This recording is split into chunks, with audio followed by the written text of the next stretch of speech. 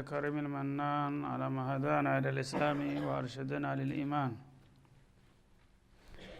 وأنزل هذا القرآن الكريم بالبرهان وأرسل لنا أفضل الرسل بأفصح اللسان، فله الحمد والشكر على هذه النعم العظيمة والآلاء الجسيمة، والصلاة والسلام على خير خلق الله وخاتم رسل الله الذي قال ما اجتمع قوم في بيت من بيوت الله يتلون كتاب الله ويتدارسونه فيما بينهم إلا نزلت عليهم السكينة وغشيتهم الرحمة وحفتهم الملائكة وذكرهم الله في من عنده وعلى آله وصحبه ومن اهتدى بهذه وبعد.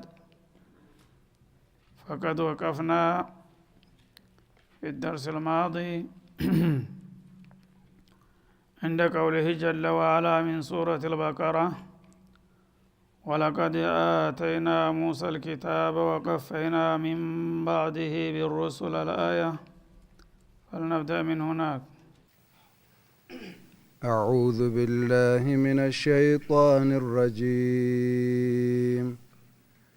ولقد آتينا موسى الكتاب وقفينا من بعده بالرسل وآتينا عيسى ابن مريم البينات وأيدناه بروح القدس أفكلما جاءكم رسول بما لا تهوى أنفسكم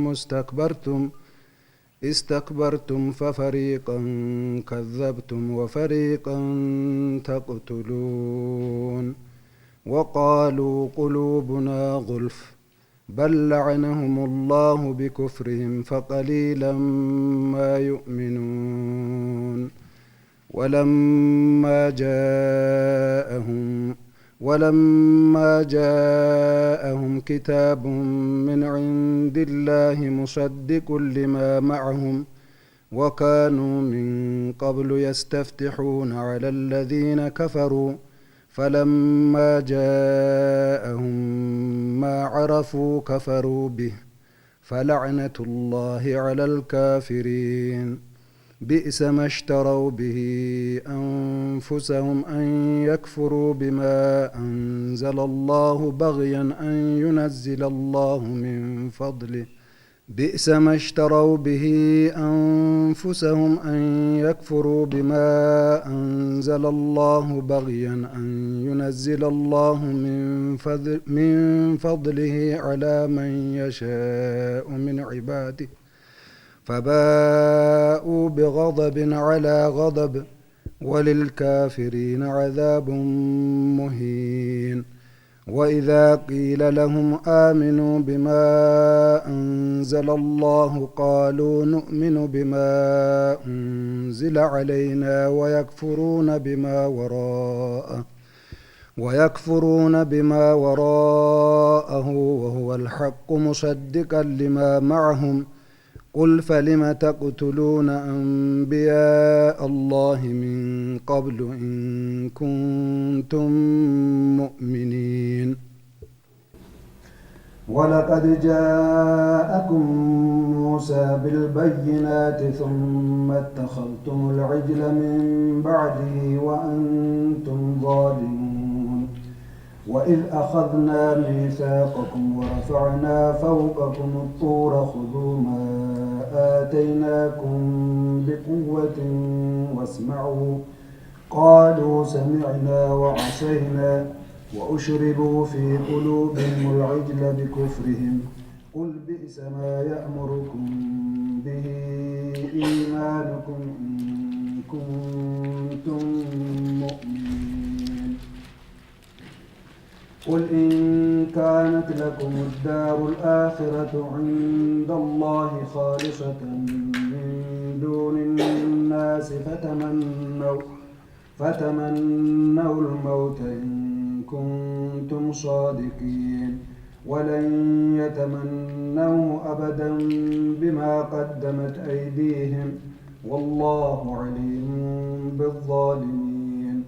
ولتجدنهم أحرص الناس على حياة ومن الذين أشركوا يود أحدهم لو يعمر 1000 سنة وما هو بمزحزحه من العذاب أن يعمر والله بصير بما يعملون قل من كان عدوا لجبريل فإنه نزله على قلبك بإذن الله مصدقا لما بين يديه وهدى وبشرى للمؤمنين من كان عدوا لله وملائكته ورسله وجبريل وميكال من كان عدوا لله وملائكته ورسله وجبريل وميكال فإن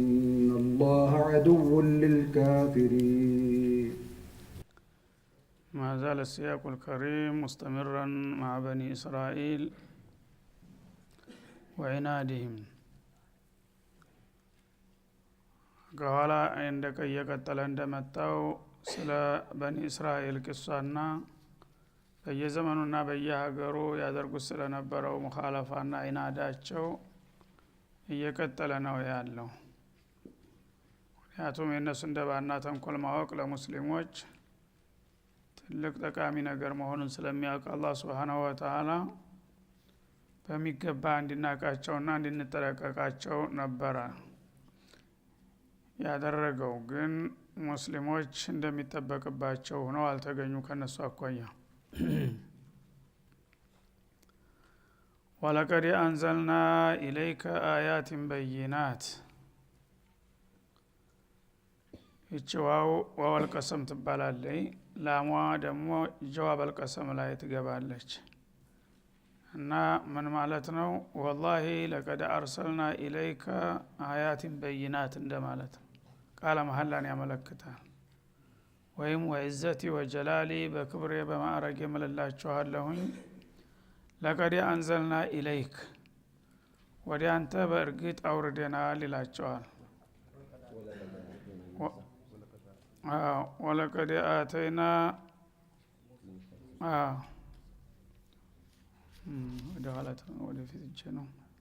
ወለቀድ አተይና ሙሳ الكتاب والله لقد آتينا موسى بن عمران الكتاب المشهور ተውራት በመባል የሚታወቀውን ኪታብ በእርግጥ አውርደናል ይላል። እንግዲህ ነብዩላህ ሙሳ በበኒ እስራኤል ውስጥ ልዩ ቦታ ያላቸው ታላቅ ነብይ ናቸው። ኪታባቸውም ደግሞ እንደዛው ወደር የሌለው ኪታብ ነው። ቁርአን እስከሚመጣ ድረስ እሱን የሚወዳደር ኪታብ አልነበረም እና ያንን ታላቅ ኪታብ የተሰጡት ዝነኛ ነብይ እንደውም እሳቸው ብቻ ሳይሆን ወንድማቸው ሃሩንም አብረዋቸው ነበሩ። ለነሱ ይህንን ታላቅ እድል በእርግጥ ሰጥተናል ይላል። አተይና ሙሳ ብን ዒምራን ማአኺህ ሃሩን አልኪታብ አልመሽሁር ታዋቂ የሆነውን ኪታብ ወላሂ በእርግጥ ሰጥተነው ነበር። ወቀፈይና ሚን ባዕዲህ ቢሩሱል ከሱ በኋላ ደግሞ በርካታ የሆኑ መልእክተኞችን አስከታትለን አንጥተናል ይላል ማለት ነው። ተነቢዩላህ ሙሳ በኋላ በብዙ ዘመናት ሳይቋረጥ እንደ ሰንሰለት የበኒ እስራኤል ነብያት በገፍ ነበር የመጡት ማለት ነው። እነዛ ሁሉ ኪታብ ተውራት በጣም ወሳኝ ኪታብ ከመሆኑ የተነሳ ተውራትን የሚሽር ኪታብ አልተላከላቸውም። ተውራትን እየወረሱ ነው በሱ ላይ እየቀጠሉ የመጡት ኢሳ እስከሚመጡ ድረስ ማለት ነው። እና ይህንን እንግዲህ ታላቅ እድል የተሰጣቸው ሰዎች ሙሳ ራሳቸው መሐመድን ባገኘው የእሱ ተከታይና አገልጋይ በሆን ደስ ይለኝ ነበር ያሉ ሰው ናቸው። ኪታባቸውም ብዙ ጊዜ ነው ተውራት ደጋግሞ ስለ ነብዩ መሐመድ አለይሂ ሰላቱ ወሰለም የሚያወሳና የሚያወድሰው። እሱ ሲመጣ ደግሞ ሁሉም ሰዎች ወደሱ ተጠቃለው መግባት እንዳለባቸው የሚነግርና የሚያስተምረው።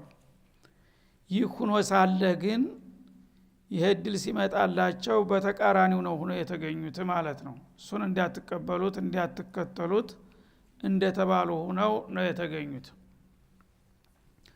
ወቀፈይና ቢባዕዲህ ቢሩሱል ማለት ወአትባዕና ማለት ነው። ከነቢዩላህ ሙሳም በኋላ በርካታ የሆኑ መልእክተኞችን ተከታትለው እንዲመጡ አድርገናል። ሁላቸውም ታዲያ ያንኑ መሰረት እያጠናከሩና ትንቢውን እያጎለበቱ ነው እንጂ የመጡት ሌላ ከዛ የተለየ ነገር ወይም ከእስራኤል ውጭ ለማንም እድል አይሰጥም የሚል የተናገረና ያስተማረ ማንም የለም ማለት ነው። ወአተይና ዒሳ ኢብነ መርየም አልበይናት እንደገና የመጨረሻው ማጠቃለያው ነብይ ዒሳ ኢብኑ መርየም ለሱም ደግሞ የአላህ ነብይ መሆኑን አጉልተው የሚያሳዩ ግልጽ የሆኑ ተአምሮች ሰጠነው ይላል። እና ነብዩላህ ዒሳ ገና ካፈጣጠራቸው ጀምሮ ታምር ነው ሁኔታቸው ሁሉ። ያላባት ከድንግሏ እናታቸው ከመርየም ስለተወለዱ አባት ስለሌላቸው ወደ እናታቸው ነው የሚነስባቸው። ዒሳ ኢብኑ መርየም የመርየም ልጅ ዒሳ ለሆነውም አልበይናት ማለት አልሙዕጂዛት አልዋዲሃት ግልጽ የሆኑ ተአምሮችን ሰጠ ነው። እኛ የመረጥነውና የላክነው መሆኑን የሚያረጋግጡለት ተአምሮች ሰጠነው ይላል። እና ያው በሌላው አያት እንደሚዘረዝረው ማለት ነው አይኑ የተሰወረን ሰው ቢስሚላህ ብለው አይኑን በመዳሰስ ያበሩለት ነበረ። እንዲሁም የማይናገረውን ዱዳ እንዲናገር ያደርጉ ነበረ። ለምጥ በሽታ የያዘውን ደግሞ በመዳሰስ ብቻ ወዲያውኑ ቆዳው እንዲስተካከል ያደርጉ ነበረ። ከዛም አልፎ ህሙማንን በማንኛውም የበሽታ የተጠመደን ሰው በቅጽበት ወዲያውኑ ዱዓ አድርገው ይፈውሱት ነበረ። ከዛም በላይ ሙታንን በአላህ ፍቃድ ያስነሱ ነበረ ማለት ነው። እነዚህ እንግዲህ በጣም ግልጽና ጉልህ የሆኑ ተአምሮች ናቸው። ይህን ሁሉ ማስረጃ ወይም ይህን ሁሉ የከራማና ሙዕጂዛት አላህ Subhanahu Wa Ta'ala አስታጥቆ ነው የላከው ዒሳን ኢላል ማለት ነው። ወአየድናሁ ቢሩሂል ቁዱስ ከዚያም ደግሞ በሩሁል ቁዱስ አጎለበት ነው ይላል። ሩሁል ቁዱስ ማለት የተለያየ ትርጉም አለው። አብዛኛዎቹ ሙፈሲሮች የሚስማሙበት ሩሁል ቁዱስ ማለት ጅብሪሉል አሚን ማለት ነው። በታማኙ ባለሟላችን እሱን እንዲጎለብትና እንዲጠነክር አደረግነው ይላል። ጅብሪል ረኢሱል መላኢከቲል ኪራም የተከበሩ መላእክቶች ሁሉ አለቃ ነው። እና ይሄ የመላው ሰማያት ነዋሪ የሆኑትን ሁሉም መላእክቶች አለቃ ጅብሪሉል አሚንን ዒሳን እንዲንከባከበውና ከጥላት እንዲጠብቀው መደብንለት እንደተራዘብ አድርገን ይላል ማለት ነው። ይሄ እንግዲህ በጣም ትልቅ ክብር ነው። ነብዩላህ ዒሳ አላህ ዘንዳ ምን ያህል ታላቅ መሆናቸውን የሚያመለክተው የመላእክቶች አለቃ የሆነውን ጅብሪል 24 ሰዓት ጥላት እንዳያጠቃቸው በቅርብ እንዲከታተልና ጥበቃ እንዲያደርግላቸው መድቤ ነበር ይላል ማለት ነው። ያ አንደኛው ትርጉም ነው። ሌላኛው ሩሁል ቁድስ ማለት ቁወተል ኢማን ተብሎ ተተርጉሟል ማለት ነው። ነብዩላህ ዒሳ መንፈሰ ጠንካራነትን የተላበሱ ታላቅ መሪ ነበሩ ማለት ነው። ጥላት የፈለገውን ያህል ቢረባረብም ከዓላማቸው ፍንክች የማይሉና የማይበገሩ ታላቅ ሰው ነበሩ። ስለዚህ በዚህ ታላቅ መንፈስ ያነጽነው የሆነውን ታላቁን ነብይ በመጨረሻም ላክንላቸው ይላል ማለት ነው። እና እነዚህ ሁሉ እድል እንግዲህ አላህ Subhanahu Wa Ta'ala የሰጣቸው ለመጨረሻው ነብይ እንደ መንደርደሪያ አድርጎ ነው። እነዚህ ነብዮች በየተራቸው እየተቀበሉና እየተከተሉ መተው በእነሱ አማካይነት ደግሞ ያወረዳቸው ኪታቦች የመጨረሻው ነብይ ይመጣላቸዋል እያሉ ስም ተመልክ አድርገው በትንቢት ከነገሩና ካዘጋጁ በኋላ መጨረሻ አንተ ስትመጣ በቀላሉ ሊቀበሉህና ሊተባበሩህ ነበር የሁሉ የተደረገው ነው የሚለው። ግን እና እጅሬ የሁሉ ጥረት ተደርጎ በመጨረሻ በተቃራኒው ነው የወጡት። አንተን መቀበልና መከተሉ ቀርቶ እንዳውም ከለየላቸው ጣዖታትና ተካፊሮቹ ጋራ በመወገንና በመተባበር አንተንና ተልኮህን ባጭሩ ለመቅጨትና ከንቱ ለማስቀረት ያላደረጉት ጥረት የለም። ይህ መሆኑን አውቃችሁ ለወደፊትም ቢሆን እነዚህ አይሁዳውያን ለእስላምና ለሙስሊሞች የማይጥንድ የማይተኙላቸው መሆኑን ተዝ ታለፈ ታሪክ ልትማሩ ይገባል ነበር መልእክቱ ማለት ነው። አፈኩለማ ጃአኩም ረሱል ይላል። ታዲያ እናንተ እስራኤላውያን ተጥንት ጀምሮ እስከ መጨረሻ ድረስ በእኔ በኩል የተላከ መልእክተኛ በመጣላችሁ ቁጥር ቢማላተዋ አንፉሱኩም የእናንተ ዝንባሌዎች በማይፈልጉት አቅጣጫ ሊመሯችሁ በመጡ ቁጥር ይላል እስተክበርቱም በአላህ መልእክተኞች ላይ ትኩራራላችሁ አይደለምን ይላል። እንግዲህ እነሱ ሁልጊዜ ጊዜያዊና ቁሳዊ ጥቅም ላይ ነው የሚያተኩሩት በኒ እስራኤል ማለት ነው። የእነሱን ታላቅነት የሚያንጸባርቅ የእነሱን ጥቅም የሚያስከብር እነሱ የሚፈልጉትን የሚሰብክ ከሆነ ይቀበሉታል ማለት ነው። የአላህ ነብዮች ደግሞ እንደዛ ሆነው ሊመጡ አይችሉም። ምክንያቱም የአንድ ግለሰብ ሆነ የብሔረሰብ ጥቅም እና የበላይነትን ሊሰብኩ አይደሉም የአላህ ረሱሎች የሚመጡት። የአላህን የኻሊቀ ሰማዋት ወልአርድን ክብርና ግርማ አስተዋውቀው ሰዎች በሱ ፍቃድ እንዲመሩ ነው። እና ሰዎች ደግሞ በመሰረቱ የአደም ዘር ናቸው። እና አክረመኩም እንደላህ አጥቃኩም እንዳለው ታላቅ ለመሆን የፈለገ ተቅዋን መታጠቅ ነው ያለበት። በኒ እስራኤልም ይሁን በኒ ፉላን በኒ አላንም ይሁን የማንም ዘር ይሆን ዙሮ ዙሮ አደም ላይ ይገናኛልና ትልቅ ለመሆን የፈለገ በተቅዋላህ ብቻ ነው ተወዳድሮ ማሸነፍ የሚችለው።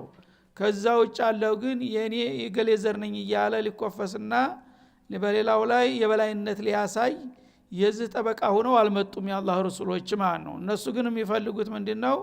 የነሱን የበላይነት የሚያንጸባርቅና የሚያስጠብቅ ነብይ እንዲመጣ ነው የሚጠብቁት ማለት ነው። ይሄ ባልሆነ ቁጥር ምላሹ ምን ይሆናል? እስተክበርቱም ይኮሩበታል፣ ጆርባ ያዘሩበታል ማለት ነው። እና የነሱን ፍላጎት እንደማያስከብርላቸው ከሌላው ህዝብ ለይቶ ልዩ ቦታና ክብር የማይሰጣቸው መሆኑን ሲያውቁ ወዲያውኑ ፊታቸውን ያዞሩና ይኩራሩበታል ማለት ነው። ከዛ ከመኩራራታቸውን ብዛት የተነሳ ምን ያደርጋሉ? ፈፈሪቀን ከዘብቱም ከፊሎችን ከነዛ ነብያት ታስተባብሏቸዋላችሁ። ጭራሽ እንደላዩ እንዳልሰሙ ሆነው ተውራት እንጂል ይመጣል ተብሎ የተነገረለትን ስም ተምልክ ምልክቱን ቁጭ ያደረገውን ወሙበሽረን ቢረሱል የእቲ ሚን ባዕድ እስሙሁ አህመድ እንዳለው ጭራሽ አይደለም ብለው ሸምጥጠው የሚክዱበት ደረጃ ይደርሳሉ ማለት ነው። እና እርግጥ ነው የመጨረሻ ነብይ ይመጣል። ግን ይመጣል ተብሎ የተነገረለት በተውራት በትንቢት የተነገረው ይህ ሳይሆን ሌላ ነው ገና ይመጣል እያሉ የመጣውን ጀርባ ያዞሩበታልና ይኩራሩበታል ይላል። ይህም ሳይበቃ ወፈሪቀን ተቅቱሉን እንደገና ሌላውን ክፍል ደግሞ ጭራሹን ትገሉታላችሁ እንደ ተራ ወንጀለኛ አድርጋችሁ ይላቸዋል ማለት ነው። እና እንግዲህ ያስተባበሏቸው በጣም በርካቶች ናቸው፣ በመቶ የሚቆጠሩ ናቸው ማለት ነው። የገደሏቸውም አሉ ከነሱ መካከል። ማስተባበሉ ሳይበቃ በቀጥታ እንደ ተራ ወንጀለኛ አሳደው የጨፈጨፏቸው እነ ነብዩላህ ያህያ እነ ዘከርያና ሻዕያ የተባሉ ነብዮች በእነሱ እጅ ተገለዋል ማለት ነው። እንግዲህ በበኒ እስራኤል ውስጥ ተተሰራው ጀሪማ የመጨረሻ ቁንጮ የደረሰው ይሄ ነው። በየትም ዘመን በማንኛውም ኡመት ያልተሰራ ግፍ ማለት ነው። በዓለም ላይ ያሉ ህዝቦች ነብይን ግፋቢል ያስተባብላሉ እንጂ የገደሉ የሉም። ግን በኒ እስራኤሎች ብቸኛ ጸረ ነብያት ከመሆን የተነሳ ነብያትን ማስተባበሉም ሳይበቃቸው እስተ መግደል ድረስ ሂደዋል። ይሄ ነው የነሱ ታሪክ። እና በዚህ መልክ ወቋቸውና ተጠንቀቋቸው ይላል አላህ Subhanahu Wa Ta'ala። የአላህን ነብያትን ልክ የአላህ መልእክተኞች መሆናቸውን 100% እያወቁ ማስተባበሉም ሳይበቃ የሚገሉ የሆኑ ህዝቦች ከነዚህ ህዝቦች ምን ትጠብቃለህ? እንግዲህ ከዚህ ቦዳ ነው የሚለው። ሌላ ዳዒያ ተራሰው ነው ዓሊም ቢሆን ተቀይ ቢሆን ሙጃሂድ ቢሆን የፈለገው ቢሆን እነሱ ዘንዳ ግምት ሊኖረው አይገባም። ለምን ነብይ እህትራም ያላረገ ሰው እንዴት ሌላ ሰው ቦታ ሊሰጠው ይችላል? እና ብዙ ጊዜ ከነሱ ጋር መቀራረብ ይቻላል፣ መስማማት መግባባት ይቻላል የምትሉት ከንቱ ነው። እንግዲህ ይሄ ቢቻል ኑሮ በነብዮች ጊዜ ነበር የሚቻለው። ነብዮች አንደኛ በችሎታቸው ተማንም የላቁ ናቸው። ሰውን በማግባባት በመልካም ስነ ምግባር በደግነት ማንም ሊወዳደረው አይችልም። ነብይ ህክማ ጥሯቸው ነው ያነ ዘከርያ የተገደሉት። እነሱ ጋራ መኖር መግባባት ቢቻል ኑሮ የአላህ ነብዮች ስልትን አላህ ሰጥቷቸዋል። እና በዛ ባላቸው ችሎታ ተጠቅመው እነሱ ጋራ መቻቻልና መግባባት የሚቻለው በነብዮች ደረጃ ነበር ቢቻል ኑሮ ማለት ነው። ግን ያን እንኳን ለማድረግ ካልተቻለ ተዛ በኋላ ሌላ ሰው መጥቶ ከነሱ ጋር መግባባትና መስማማት ይቻላል ማለት ከንቱ ነው። ምክንያቱም የነሱ አላማ አንድና አንድ ብቻ ነው። እኛ ብቻ ነን በመድር ላይ መኖር የሚገባን ቅዱሳን ንጹሃን፣ ከዛ ሌላ ያለው ቦታ የለውም ብሎ የሚያውጅ ሰው ነው የሚፈልጉት። ቢማላተ ወአንፉሶ ማለት ይሄ ነው። እነሱን ልዕልና የሚያውጅና የሚያንጸባርቅ መሆን አለበት። ይሄን ለማድረግ የሚችል ሰው ካለ ይቀበሉታል። ይሄ በላይ ምን ይፈልጋሉ? ከዚህ መለስ የሆነ ነገር ግን የፈለገው ነገር ቢሆን ከየትም አቅጣጫ ይምጣ ሊቀበሉት አይችሉም። ለዚህም ማረጋገጫው በርካታ ነብያቶችን ሲያስተባብሉና ብሎም ሲገድሉ መቆየታቸው ራሱ ማረጋገጫ ነው ይላል ማለት ነው። እና ይህንን ሙዋጃሃተን ኺጧብ እያደረጋቸው ነው። በወቅቱ የነበሩትን በመዲና ዙሪያ በኒ ነዲር፣ በኒ ቁረይዛ፣ በኒ ቀይኑቃዕ የተባሉትን ነው አላህ ፈፈሪቀን ከዘብቱም ወፈሪቀን ተቅቱሉን፣ ይህን ልትክዱት የማትችሉት ተጨባጭ ታሪካችሁ ነው እና የእናንተ አባቶች ቅድመ አያቶች ይህን አላደረጉም ምን ብሎ ሲጠይቃቸው አላደረጉም ሊሉ አልቻሉም ማለት ነው። ምክንያቱም ሊካድ የሚቻል ነገር አይደለምና። ይህን ያደረጋችሁ ሰዎች ታዲያ እንደለመዳችሁ አሁንም የመጨረሻውን ነብይ ብታስተባብሉ ከእናንተ የሚጠበቀው ይሄ ነው። የሚገርመው ሙስሊሞቹ እናንተን በቅየተል ኸይር አላችሁ ብለው ተስፋ ማድረጋቸውና መዘናጋታቸው እንጂ እናንተማ ወትሮውንም ከዚህ ውጭ ልትሆኑ እንደማትችሉ ነው ይላል ማለት ነው። ወቃሉ እና ማስተባበላቸውን ተብሪር ለማድረግ ማስተባበላቸው ነብይ ማስተባበላቸውን ሊክዱት አልቻሉም። አላስተባበልንም ብለው መከራከር እንደማያዋጣ አወቁና ሙበሪር ፈለጉለት ማለት ነው። ሙበሪር ማለት ምክንያት። አሁን ነብያትን ማስተባበልን አስተባብለናል፣ ግን እንድናስተባብል ያደረገን እኮ እንደዚህ ምክንያት ስላለን ነው ሊሉ ሞከሩ። ከሚጠቅሷቸው ምክንያቶች አንዱ ምንድነው? ቃሉ ቁሉቡና ጉልፉን አሉ፣ ልቦቻችን የተሸፈኑ ናቸው አሉ። ልቦቻችን የተሸፈኑ ናቸው ማለት ከኛ ፍቃድ ውጭ የሚመጣ ነብይ ለመስማትና ለመረዳት ልባችን ፍቃደኛ አይደለም አሉ ማለት ነው። እና እኛ ልባችን የሚከፈተው የኛ ቡድን ብቻ ሲናገር ነው። ከዛ ውጭ ያለው ከመጣ ምንም ልባችን ሊቀበለው አይችልም። እና እንግዲህ አዕትዛሩን አቅበሑ ሚነ ዘንብ ይባላል እንዲህ አይነት አነጋገር ማለት ነው። አንድ ሰው ወንጀል በሚሳሳት ጊዜ ተቀባይነት ያለው ምክንያት ካመጣ እንዲህ ከሆነስ ምንም አይደለም ተብሎ ይታለፋል። የነሱ ግን ከወንጀሉ የበለጠ የቲዛሩ ምክንያቱ ነው እንደገና ወንጀል ሆኖ የመጣው ማለት ነው። እና ልባችን የተሸፈነ ነው ማለት ምን ማለት ነው? ወትሮስ ችግሩ ምንድነው ታዲያ? ልባቸው ሐቅ እንዳይገባ የታሸገ ነው ማለት ነው። ልባቸው በእነሱ አመለካ አስተሳሰብ እውቀት ከኛ በላይ ላሳር ነው። እውቀት ተሞልተናል። እውቀት ስለተሞላ አንድ የተሞላ ዕቃ እንደሚታሸግ ሌላ ነገር አይጨምርምና እውቀት ከኛ የተረፈ ነው ለማለት ነው የፈለጉት ማለት ነው። ግን አይደለም፣ እውቀቱ ሳይሆን ሸሩ ነው የተሞላው ማለት ነው። በልዐነሁም ላሁ ቢኩፍሪሂም፣ እነሱ እንዳሉት ይህንን ልባቸው በቀጥታ ታሽጎ ሳይሆን አላህ በክህደታቸው ሳቢያ ስለተቆጣባቸው ስለረገማቸው ነው አለ አላህ። የተረገመ ሰው ለኸይር አይወፈቅም፣ አላህ አሽቂያ አድርጓቸዋልና ማለት ነው። በተደራራቢ በፈጸሙት ወንጀል ሳቢያ አላህ ተቆጥቶ ስለረገማቸው ነው ማንም ነጋሪና አስተማሪ ሲነግራቸው የማይዋጥላቸው እንጂ እነሱ እንዳሉት በቀጥታ የተዘጋ ነገር አልነበረም ማለት ነው። በልግመትና በተንኮል ነው የተዘጉት። በልዐነሁም ላሁ ቢኩፍሪሂም፣ እና በክህደታቸው ሳቢያ አላህ ሱብሓነሁ ወተዓላ ረገማቸው። በመሆኑም ፈቀሊለን ማ ዩእሚኑን፣ እነሱ ትንሽም ብቻ ነው የሚያምኑት። ትንሽ ብቻ ማለት የእነሱን ጥቅም የሚያንጸባርቅ ነገር ከተነገራቸው ይቺ ትክክል ናት ይላሉ ማለት ነው። የእነሱን ታላቅነት የሚያወድስ ታሪካቸውን የሚያመጉስ ከመጣ ከዛ ውጭ ያለው ነገር ግን አይዋጥላቸውም ማለት ነው። ወይም ከነሱ መካከል አያምኑም እንዳይባል ለማላ ያህል የተወሰኑ ግለሰቦች ሊያምኑ ይችላሉ በግለሰብ ደረጃ። አብዛኛዎቹ ግን የማመን እድል የላቸውም፣ አላህ ረግሟቸዋልና ይላል ማለት ነው። هذا وصلى الله وسلم على النبي وإلى اللقاء ቀጣውን በሚከተለው ኢንሻአላህ እንመለስበታለን።